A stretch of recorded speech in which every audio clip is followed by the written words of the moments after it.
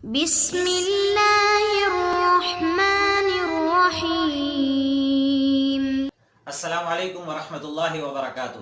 Dear students, on line classes کے آج کے لیکچر میں ہم حدیث نمبر 5 اور حدیث نمبر 6 کا مطالعہ کریں گے، اور پھر حدیث نمبر 5 اور 6 کے سوالات کو پیپر میں ہم نے کیسے اٹیمپٹ کرنا ہے اس کا طریقہ کار بھی بیان کیا جائے گا۔ تو حدیث نمبر 5 کی طرف چلتے ہیں۔ رسول اللہ صلی اللہ تعالی علیہ وسلم نے ارشاد فرمایا، لا یؤمن احدکم حتی یکون ہواہ تبعا لما جئت بہ۔ ترجمہ سماعت کیجئے، تم میں سے کوئی بھی شخص اس وقت تک مومن نہیں ہو سکتا کہ جب تک کہ اس کی خواہش اس تعلیم کے مطابق نہ ہو جائے جو میں لے کر آیا ہوں۔ ڈیئر اسٹوڈنٹس، اس حدیث مبارکہ میں رسول اللہ صلی اللہ تعالی علیہ وسلم نے واضح طور پر یہ بات ارشاد فرمائی کہ ایمان کے کامل ہونے کے لیے یہ لازم شرط ہے کہ ہمارا ہر عمل رسول اللہ صلی اللہ تعالی علیہ وسلم کی لائی ہوئی تعلیمات کے مطابق ہو، حتیٰ کہ جو ہمارے احساسات ہیں، ہمارے خیالات ہیں، ہمارے جذبات ہیں، ہماری خواہشات ہیں، حتیٰ کہ ہماری خواہشات بھی رسول اللہ صلی اللہ تعالی علیہ وسلم کی تعلیمات کے مطابق ہونی چاہیے۔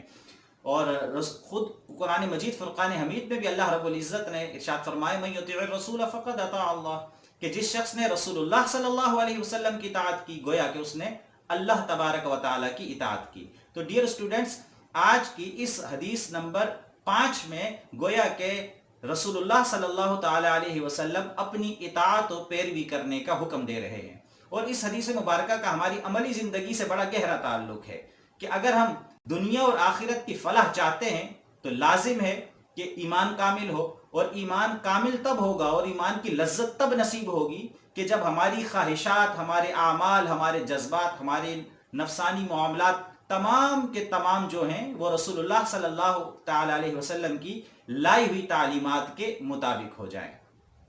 ڈیئر اسٹوڈنٹس، حدیث نمبر 6 میں رسول اللہ صلی اللہ تعالی علیہ وسلم نے ارشاد فرمایا، من احب للہ وابغض للہ واعطى للہ ومن منع للہ فقد استکمل الایمان، کہ جس شخص نے اللہ کے لیے محبت کی، اور جس شخص نے اللہ کے لیے کسی سے بغض رکھا، اور جس شخص نے کسی دوسرے کو اللہ کے لیے عطا کیا، اور جس شخص نے کسی دوسرے شخص کو کسی چیز سے فقط اللہ کی رضا کے لیے روکا، فقد استکمل الایمان، تو تحقیق اس کا ایمان مکمل ہو گیا۔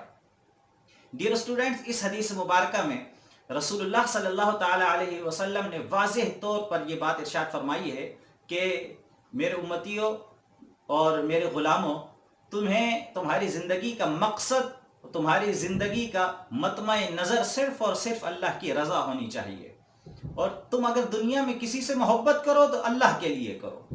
کسی سے نفرت اور بغض رکھو اپنے دل میں، حالانکہ بغض رکھنا جائز نہیں ہے، لیکن اگر کسی سے بغض اور نفرت بھی رکھی ہے تو وہ بھی اللہ کی وجہ سے ہونی چاہیے۔ تم کسی کو کچھ دو تو اللہ کی رضا کے لیے دو، کسی کو دینے سے اپنے ہاتھ کو روک لو تو وہ بھی اللہ کی رضا کے لیے ہو۔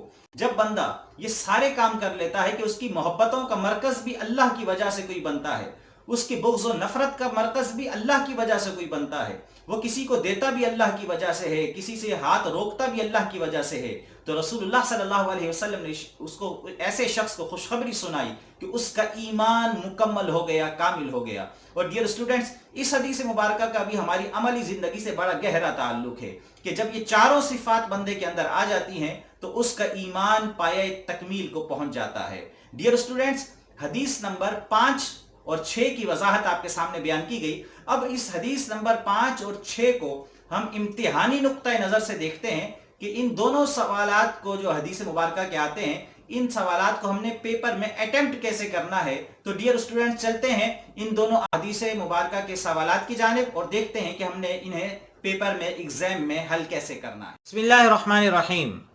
ڈیئر اسٹوڈنٹس، ابھی ہم نے حدیث نمبر 5 اور حدیث نمبر 6 کا مطالعہ کیا، تو آئیے دیکھتے ہیں کہ پیپر میں یہ سوال کس طرح آتے ہیں ان دونوں حدیث مبارکہ کے، اور ہم نے کیا جوابات تحریر کرنے ہیں۔ سوال نمبر 5، حدیث کا ترجمہ و تشریح کرتے ہوئے واضح کیجئے کہ ان کا ہماری عملی زندگی سے کیا تعلق ہے۔ حدیث نمبر 5 ہے جو ابھی آپ کو بتائی، لا یؤمن احدکم حتی یکون ہواہ تبعا لما جئت بہ۔ جواب، ترجمہ، تم میں سے کوئی اس وقت تک مومن نہیں ہو سکتا جب تک کہ اس کی خواہش اس تعلیم کے مطابق نہ ہو جائے جو میں لایا ہوں.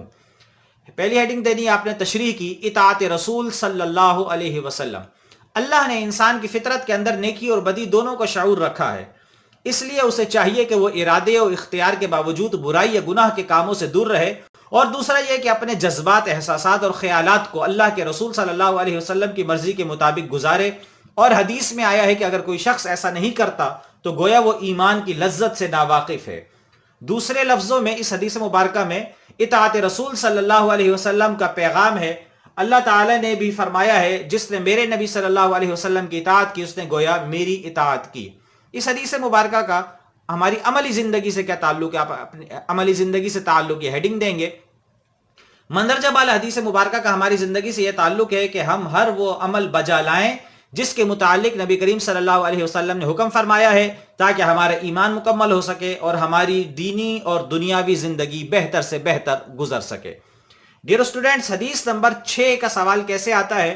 حدیث کا ترجمہ و تشریح کرتے ہوئے واضح کیجئے کہ ان کا ہماری عملی زندگی سے کیا تعلق ہے. حدیث نمبر 6 جیسا کہ ابھی آپ کو بتائی، من احب للہ و ابغض للہ و اعطى للہ و منع للہ فقد استکمل الایمان. ترجمہ: جس شخص نے اللہ کے لیے محبت کی اور اللہ کے لیے بغض رکھا اور اللہ کی رضا کے لیے عطا کیا اور اللہ کے لیے روکا تو اس نے ایمان مکمل کر لیا. تشریح: اس حدیث مبارکہ میں تکمیل ایمان کے 4 اصول بیان کیے گئے ہیں. نمبر 1، انسان کسی سے محبت کرے تو اللہ کے لیے. نمبر 2، کسی سے بغض رکھے تو محض اللہ کے لیے. نمبر 3، انسان کسی کو کچھ عطا کرے تو اللہ کے لیے. نمبر 4، اور کسی کو عطا کرنے سے ہاتھ روک لے تو وہ بھی محض اللہ کے لیے. حضور صلی اللہ علیہ وسلم نے اس حدیث میں ان چاروں اعمال کو ایمان کی تکمیل قرار دیا ہے. اللہ تعالیٰ چونکہ انسان سے بہت محبت رکھتا ہے، لہٰذا انسان کو بھی چاہیے کہ وہ اپنی محبتوں اور الفتوں کا مرکز اللہ ہی کی ذات کو رکھے. دنیا میں جس سے محبت رکھے محض اللہ کی رضا کے لیے. اس کے علاوہ اول تو کسی سے بغض نہ رکھے، اور اگر کسی سے بغض ہو بھی تو اس کی بنیاد محض یہ ہو کہ اللہ تعالیٰ اس شخص کو ناپسند کرتا ہے. لہٰذا جب کسی سرکش و ظالم کو اللہ پسند نہیں کرتا تو ہم کیوں کریں؟ اس کے علاوہ اگر کسی کو کمال عطا کریں تو اس کی بنیاد بھی ریاکاری یا دنیاوی غرض نہ ہو بلکہ اللہ کی رضا ہو. اور اگر کسی سے ہاتھ روکیں تو محض اس لیے کہ اس سے اللہ نے ہاتھ روکنے کا حکم دیا ہے. اس حدیث مبارکہ کا ہماری عملی زندگی سے کیا تعلق ہے؟ ڈیئر اسٹوڈنٹس، دیکھ لیجئے، ہمیں عام زندگی میں اللہ تعالیٰ کی رضا کے لیے دوسروں کی مدد کرنی چاہیے، اور کسی سے بغض بھی ہو تو اس کی وجہ بھی یہ ہو کہ اس کے کاموں کو اللہ تعالیٰ پسند نہیں فرماتے ہیں. تو ڈیئر اسٹوڈنٹس، آج کے لیکچر میں ہم نے حدیث نمبر 5 اور 6 کا مطالعہ کیا، اور ان دونوں احادیث کے سوالات کے جوابات ہم نے پیپر میں کیسے اٹیمپٹ کرنے ہیں اس کی آپ کے سامنے ڈیٹیل میں وضاحت کی گئی. تو اس ویڈیو کو آپ ریپیٹ کر کے بھی دیکھیے گا، یہ آپ کے ایگزام میں بہت کام آئے گی. آج کے لیے ڈیئر اسٹوڈنٹس اتنا ہی. Thank you very much.